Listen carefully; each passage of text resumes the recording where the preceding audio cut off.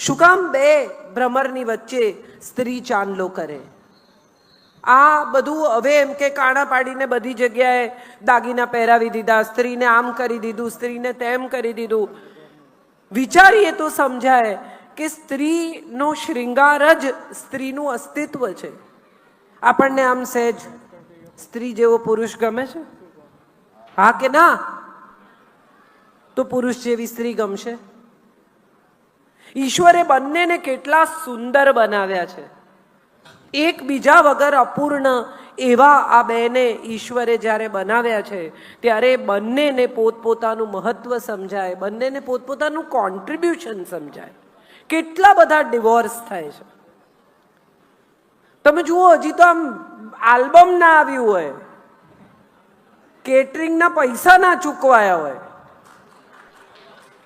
અને દીકરી પાછી આવે. કેમ? તો કે ફાવતું નથી. અને સૌથી મહત્વની વાત, કદાચ બે માણસને ખોટું લાગે તો પણ મારે આ વાત અહીંથી કહેવી છે કે તમારી દીકરીને પરણાવીને એકવાર એને સાસરે મોકલો ને, પછી રોજ સવારે 10 વાગે ફોન નહીં કરતા. તારે ઘેર શું બનાવ્યું, તારે ઘેર કોણ આવ્યું, ક્યાં જવાના, કેટલો ચાંદલો કરવાના. તમે એને પરણાવીને એના ઘેર મોકલી છે. આપણું ઘર ને એમનું ઘર નથી. બધી મમ્મીઓ એમ કે આપણે ઘેર ને એમને ઘેર. એમને ઘેર નહીં, તારે ઘેર. આ આપણે શીખવતા નથી. માટે હું માનું છું આવનારા દિવસોમાં બહુ મોટી સમસ્યા મેરેજ ઇન્સ્ટિટ્યુશન પર આવવાની છે. એટલી જ મોટી સમસ્યા ધર્મ પર આવવાની છે, કારણ કે આપણે ધર્મ સાથે પણ જોડતા નથી. મારે કહેવું જોઈએ કે કેટલાક ધર્મના લોકો પોતાના બાળકોને સવારે 4 વાગે ઉઠાડીને એમને એમની ધાર્મિક વિધિ માટે લઈ જાય છે. આપણે કોઈ દિવસ આપણા બચ્ચા ના પાડે મંદિર નથી આવું, કઈ નહીં, 6 સૂતો.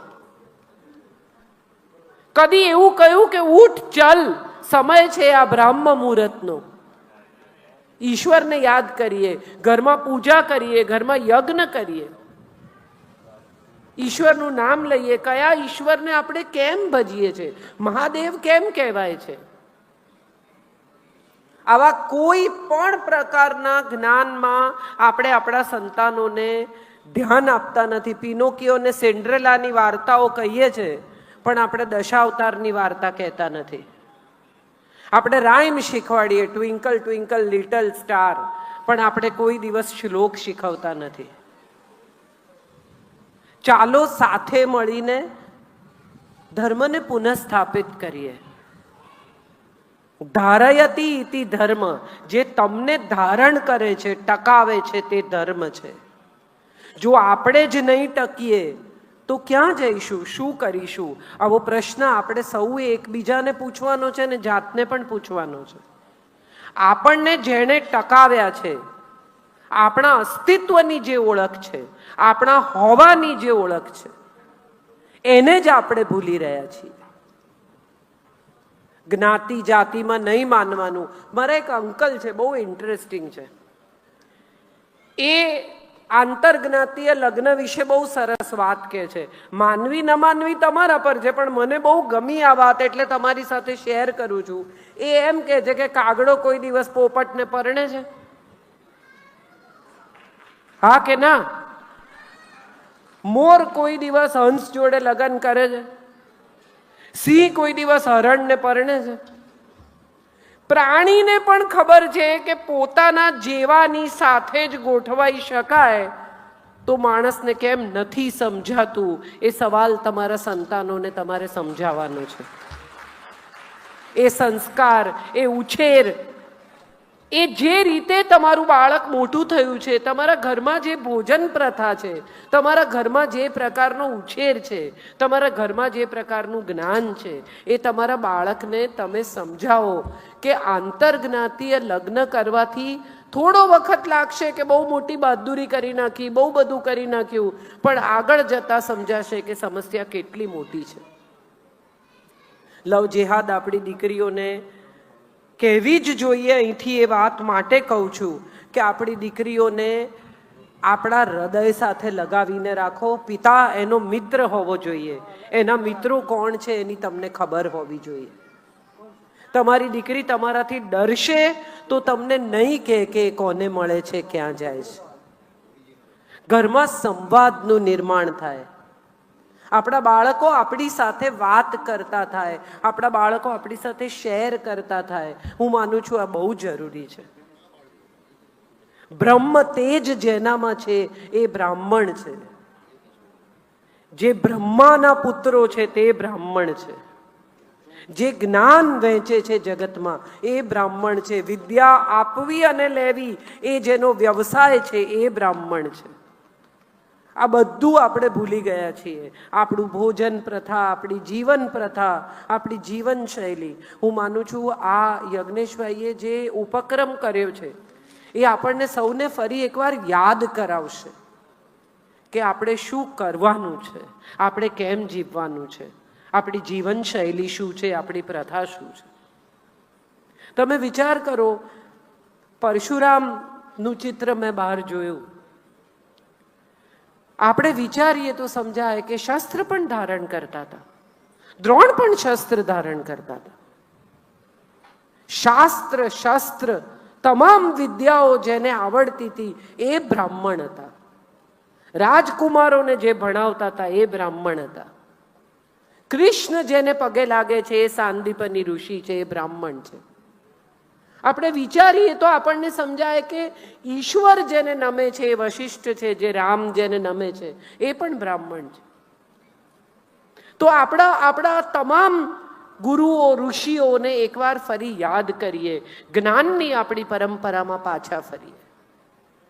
કૃષ્ણ જ્યારે સાંદીપનીને ત્યાંથી ગ્રેજ્યુએટ થાય છે અને નીકળે છે ત્યારે સાંદીપનીને પૂછે છે કે હું તમને શું દક્ષિણા આપું.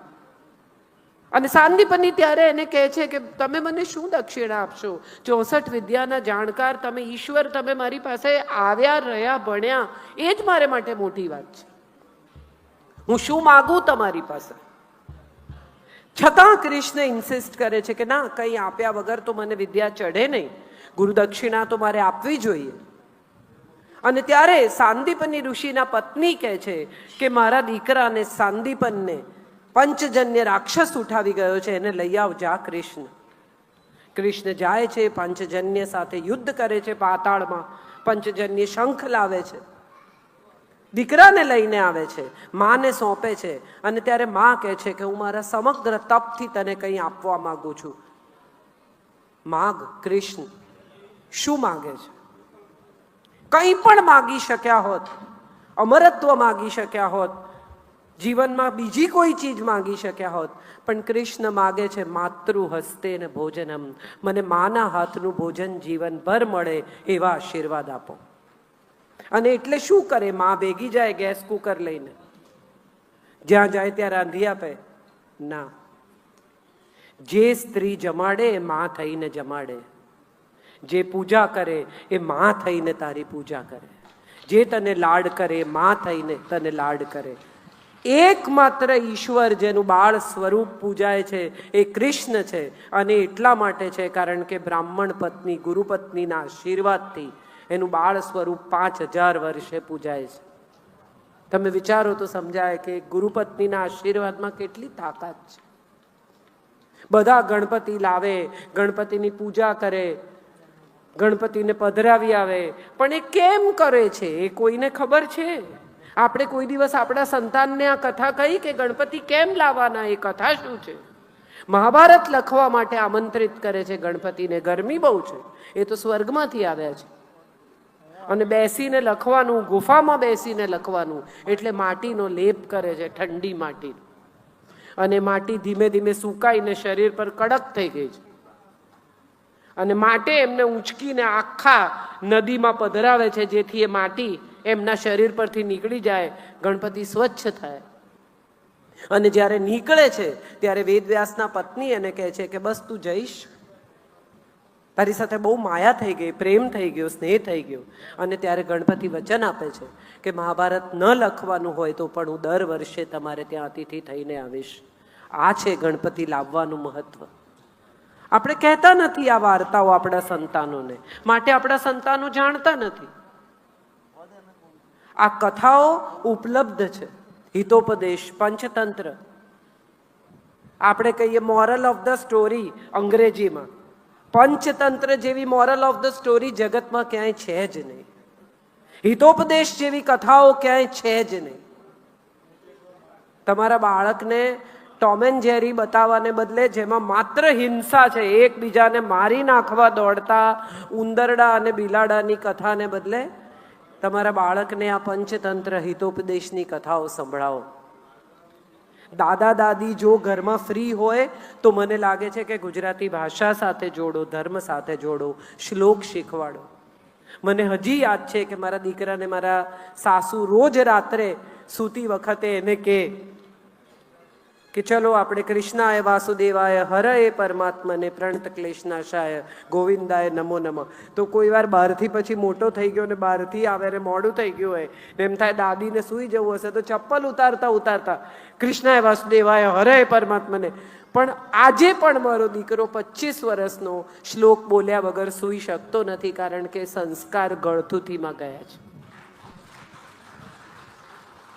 આ શીખવો એવું મારું માનવું છે. રાજનભાઈ જેમનું અહીંયા સન્માન કર્યું એ મારા ભાઈ જેવા છે. ગુરુપદે પણ હું એમને સ્થાપી શકું. એમણે મને ખૂબ શીખવ્યું છે જીવનમાં, એમણે મને ખૂબ જ્ઞાન આપ્યું છે.